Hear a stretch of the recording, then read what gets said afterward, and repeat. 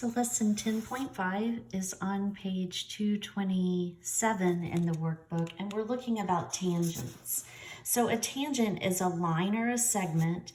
It's in the same plane as the circle, so it's all two-dimensional. So if I draw a circle on this piece of paper, the line must also be contained in this piece of paper. It's not coming through like that. It's in the same plane, and it intersects the circle. It's in the plane. It intersects the circle in exactly one point. It doesn't contain any points in the interior because it doesn't pass through. So a tangent would just brush the circle at a single point. That's a tangent. The point where it hits is called the point of tangency. And we've seen this on the vocabulary activity we did earlier. The point of tangency is where they meet. So two circles can have the same line that's a tangent to both of them. That's called a common tangent. It would look like this. There's several of ways the circles can be touching or not, but maybe there's a line that intersects both of them at a single point. That would be an example of a common tangent there, okay? A line that intersects both circles. And if you do have a tangent in a circle, remember, if and only if means that this statement works both ways. So if you know a line is tangent to a circle, then you know if you draw a radius to the point of tangency, it will be perpendicular. Likewise, if a radius drawn to the point of tangency, like you're not sure if it's a tangent point or not, but if it's perpendicular, then it's a point of tangency because that line is a tangent line. It works both ways. And then if two segments come from the same exterior point and they're both tangent to a circle, they're always congruent. So let me just show you what that looks like quickly. So if you have a circle and you know for a fact that that line is indeed a tangent, and this is indeed the center of the circle, then if you draw the radius, you know that it's going to make a right angle with that tangent line. It will be perpendicular, and vice versa. If you're unsure if a line is tangent, you can perhaps determine whether it makes a right angle with the radius or not. If you have two segments from the same exterior point, so here's an exterior point. If there's a segment that just brushes the circle right there, and it's a tangent segment, which means if I were to extend it, it wouldn't pass inside the circle. And I also draw a tangent segment in this direction. Again, if I extend it, then this is congruent to that. Those two pieces is what that theorem says. Okay, so let's do some examples. How many common tangents exist between each pair of circles? In this case, there are three. This line is a tangent to both of the circles there. This line is a tangent here and here. And this line is a tangent in only one point. Okay, so this one has three. In this particular case, I actually see four. Okay, so we have two here, 2 points there, 2 points there. Along this line, it's a tangent to both circles, and along this line, it's a tangent to both circles. There are four common tangents in that particular picture. All right, so let's decide if ABC is a right triangle. We know for a fact that AB is a radius. A is the center, so that's a radius. We want to determine whether, sorry, I shouldn't have read this part yet. We want to determine whether BC is a tangent to circle A. Well, if it's a tangent, then this angle right there, angle B, would have to be 90 degrees. If it's 90 degrees, that would make this a right triangle, and the Pythagorean theorem would have to hold to be true. And you might have already thought, well, wait a minute, the hypotenuse can't be shorter than either of the legs, but 6 is only the part outside the circle. And remember, from here to A is another radius just like that one, so that's 9. So this leg is 9, this leg is 12, and if indeed this is the hypotenuse is 15. So does the Pythagorean theorem work? a leg squared plus a leg squared should equal that longest side squared. Is what we want to know is that true? So I have 81 plus 144, and here I get 225. And then sure enough, if I add 81 and 144, I do get 225. And this was actually a 3, 4, 5 triple that had been multiplied times 3, and times 3. So if you recognize that, you know it would work. Okay, so this one is, yes. So if you want to fill all the blanks in, what we just did, we did all the work over to the side. So you get that 225 does equal 225. ABC is a right triangle. So segment BC is perpendicular to the radius at point B. So therefore it's tangent. I keep dropping things and they are noisy. All right, so in this problem, we know that it's a tangent. So QS is a tangent and we want to find the value of X. So because I know this is a tangent for a fact, then I know when I draw the radius to that point of tangency, RQ is a radius, I know that that makes a right angle. All right, we're gonna have to do a little bit of algebra here that we actually haven't done in a bit. So these two sides would be the legs, the radius and the tangent segment. And this that I highlight in yellow is actually my hypotenuse there, okay? If you don't mind, I'm just not going to use that. It just bothers me. But so we're trying to find the value of X, right? So we know that a leg squared plus the other leg squared is equal to the hypotenuse.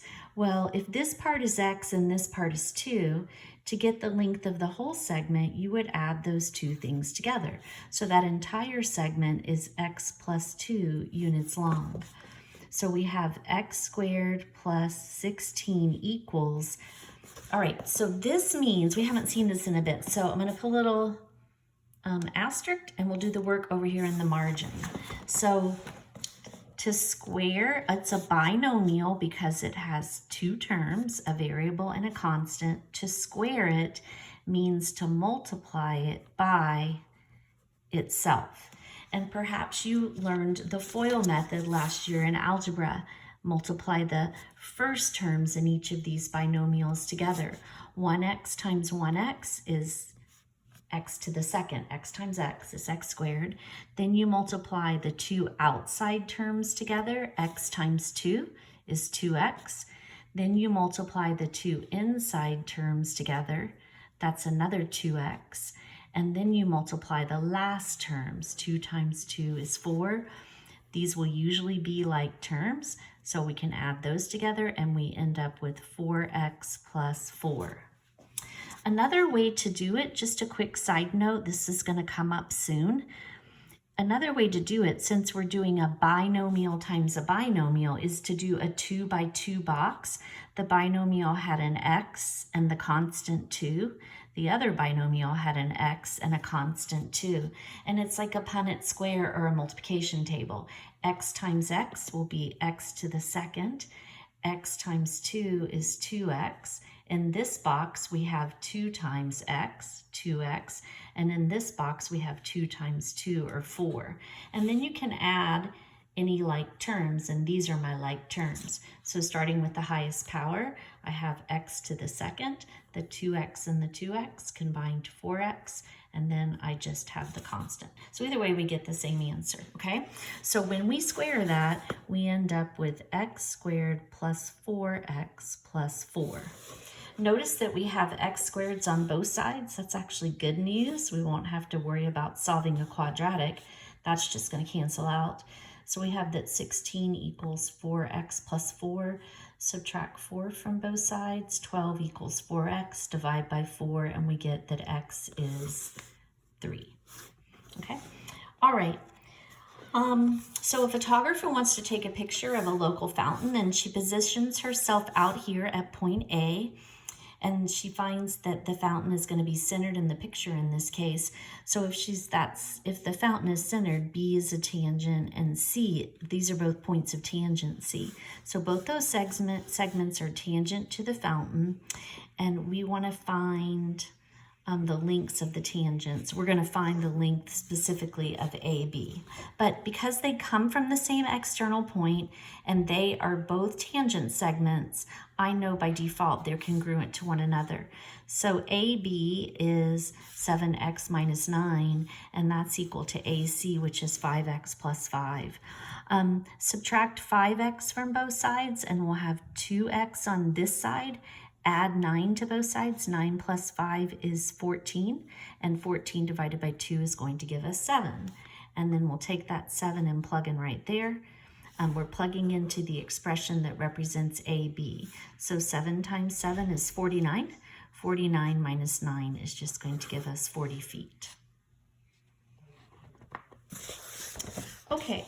The only other thing that I really want to mention to you is that we've seen circumscribed polygons, so we just didn't call them that before. So a circumscribed polygon basically has a circle inscribed inside of it.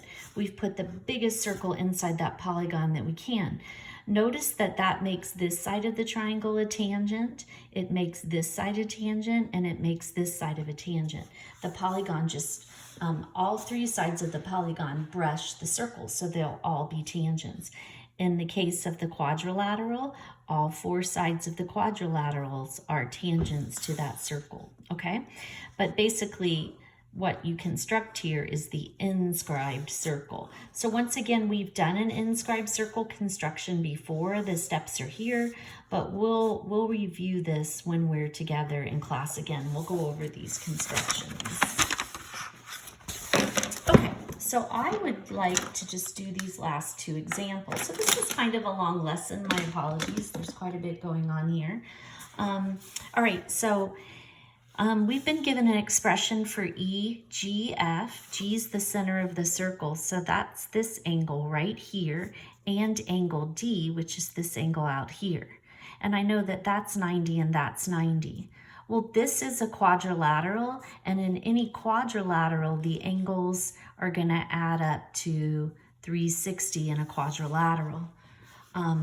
So that means that 90 and 90, that's 180. If you subtract 180 from 360, that's going to leave us with 180. So these two angles here have to total 180. Again, I'm going to skip all this and just write it up here, okay?